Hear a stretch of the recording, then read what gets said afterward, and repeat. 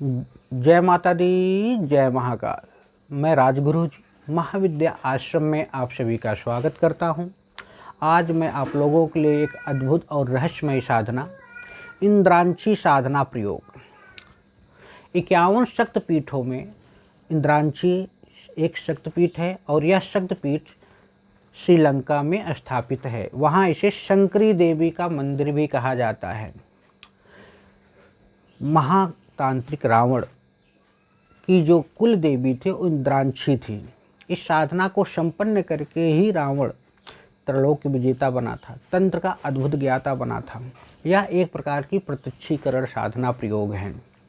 इस साधना को पहले इंद्र के द्वारा संपन्न किया गया, इसलिए इनका नाम इंद्रांशी पड़ा है। इस साधना को संपन्न करने के बाद इंद्र को इंद्रलोक का अधिपति कहा गया व इंद्र लोग उनको प्राप्त हुआ। इसी तरह इस साधना को संपन्न करके स्वयं रावण को भी सोने की लंका प्राप्त हुई। तो यह साधना अपने आप में वो है। इस साधना को संपन्न करने के बाद साधक की समस्त प्रकार की मनोकामनाएं पूर्ण हो जाती हैं। साधक इंद्र के समान बलवान हो जाता है और महातांत्रिक रावण की तरह शक्तिशाली हो जाता है और अपनी समस्त प्रकार की मनोकामनाओं की पूर्ति कर लेता है। और यह जो साधना मैं आप लोगों को बताने जा रहा हूँ, इस मंत्र की रचना स्वयं साक्षात रावण ने की है और रावण ने ही इस साधना को संपन्न करके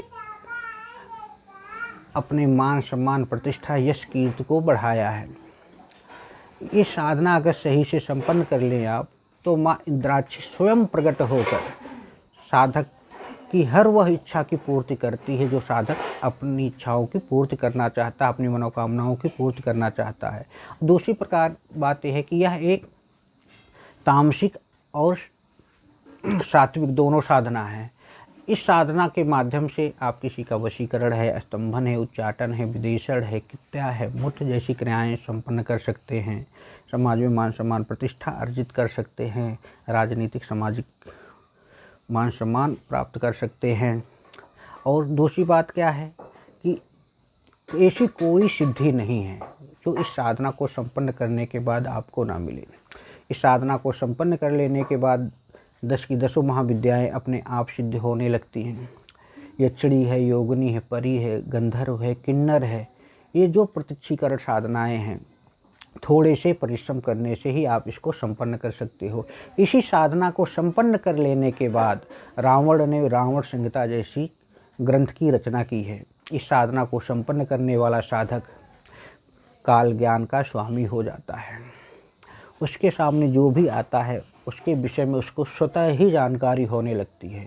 उसके बारे में क्या कर रहा है, क्या करता है, कहाँ से आया है, क्या उसके मन में चल रहा है, उसका भविष्य कैसा है, उसका भूतकाल कैसा था, उसका पास्ट कैसा था। तो सबसे बड़ी बात है कि साधना में काल ज्ञान साधना प्रयोग भी छुपा हुआ है।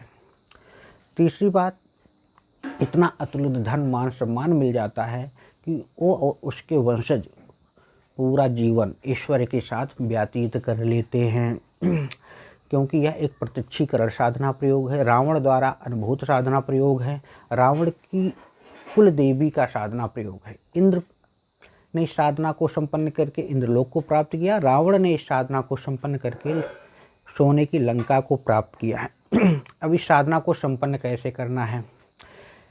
सबसे पहली बात है कि माँ इंद्राक्षी की साधना संपूर्ण वैभव प्रदान करने वाली साधना है, समस्त प्रकार के रोगों को नाश करने वाली साधना है। साधक के जीवन में जितनी भी आर्थिक समस्याएं हैं वो समाप्त होकर अनुकूलता मिलने लगती है और समाज में उसे मान सम्मान प्रतिष्ठा प्राप्त होने लगता है। और इंद्राक्षी साधना के बारे में कहा जाता है कि इंद्राक्षी जो भी साधक पूर्ण निष्ठा के साथ इस साधना को संपन्न कर लेता है, माँ उसे आरोग्यता प्रदान कर देती है, कामदेव जैसा सुंदर शरीर बना देती है, चेहरे पे एक ओज प्रकट हो जाता है और हर प्रकार के जितने शत्रु है, विरोधी हैं, तंत्र बाधा है, वो दूर हो जाती है। साधक के अंदर इतना आकर्षण, इतनी वाक्सिद्धि आ जाती है, उसको जो भी देखता है उसके प्रति आकर्षित होने लगता है, मान सम्मान प्रतिष्ठा बढ़ने लगती है, बाहरी समस्त प्रकार की परेशानियों का नष्ट होने लगती हैं। तो इस साधना को संपन्न करने के लिए सबसे पहले आप ऐसा टाइम चुनाव कीजिए कि आपको ये साधना 11 दिन की है और ऐसा समय होना चाहिए कि एक ही समय पे आपको इस साधना को संपन्न करना है। वो समय आपके लिए निश्चित रूप से कोई दिक्कत परेशानी क्रिएट करने वाली ना हो कि मुझे यहाँ जाना है, वो करना है, ऐसा करना है, ऐसा कुछ नहीं होना चाहिए। इसमें दिशा जो है उत्तर और पूर्व की तरफ होगी। पीले एक लकड़ी की चौकी पर पीला वस्त्र बिछाकर पीले वस्त्र पे माँ इंद्राक्षी यंत्र, अपने आसपास किसी योग्य गुरु अगर जानकार हैं तो उनसे भोजपत्र पे अष्टगंध की स्याही से लिखाकर तांत्रोक्त रूप से प्राण प्रतिष्ठा करा लीजिए। मंत्र सिद्ध चैतन्य कराइए, संकल्पित कराइए अपने नाम से, माता पिता के नाम से, गोत्र से। इतना हो जाने के बाद उस यंत्र को स्थापित करा दीजिए। स्थापित करके साधक एक दीपक जलाए, इलायची, लौंग, एक फल और मीठा इतना चढ़ाकर अपने गुरु का पूजन, अपने भैरव का पूजन और गणपति के पूजन को संपन्न करके हाथ में जल लेके संकल्प लेके माँ मैं इस साधना को कर रहा हूँ, प्रकट होके मेरी समस्त प्रकार की मनोकामनाओं की पूर्ति कीजिए। कोई गलती होती है तो उसके लिए मैं आपका बच्चा हूँ, आप मुझे क्षमा प्रार्थी हूँ, क्षमा कीजिए।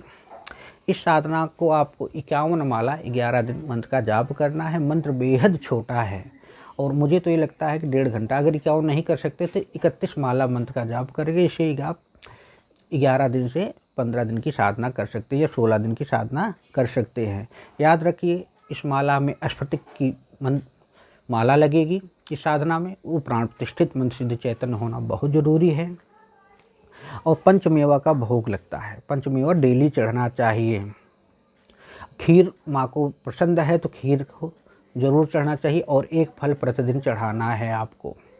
इतना हो जाने के बाद 31 माला, अगर आप 16 दिन की साधना कर रहे हैं तो 31 माला प्रतिदिन जाप करके, रातकालीन जाप हो तो उत्तम है, करके आप जैसे आप 51 माला कर रहे हैं तो 10वें दिन समाप्त होकर 11वें दिन हवन होगा और 31 माला कर रहे हैं तो 15वें दिन मंत्र जाप खत्म होगा, 16वें दिन हवन होगा।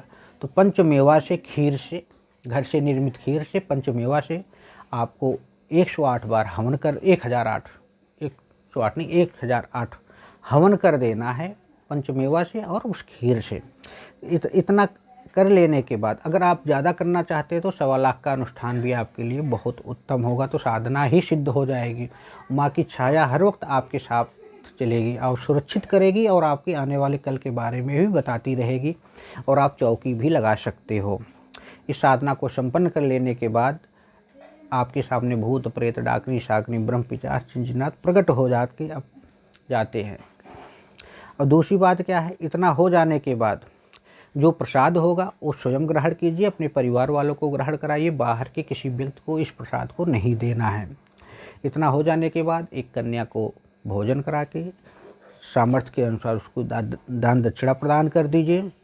आप देखेंगे कि साधना के शुरुआत के 2-3 दिन के बाद ही अनुभूतियाँ होने लगेंगी। माँ किसी न किसी रूप में प्रत्यक्ष दर्शन देने लगेंगी, आभास होने लगेगा घर में कोई है। और सबसे बड़ी बात, इस साधना में किसी प्रकार का कोई डर नहीं है, भय नहीं है, कोई बेचैनी नहीं है।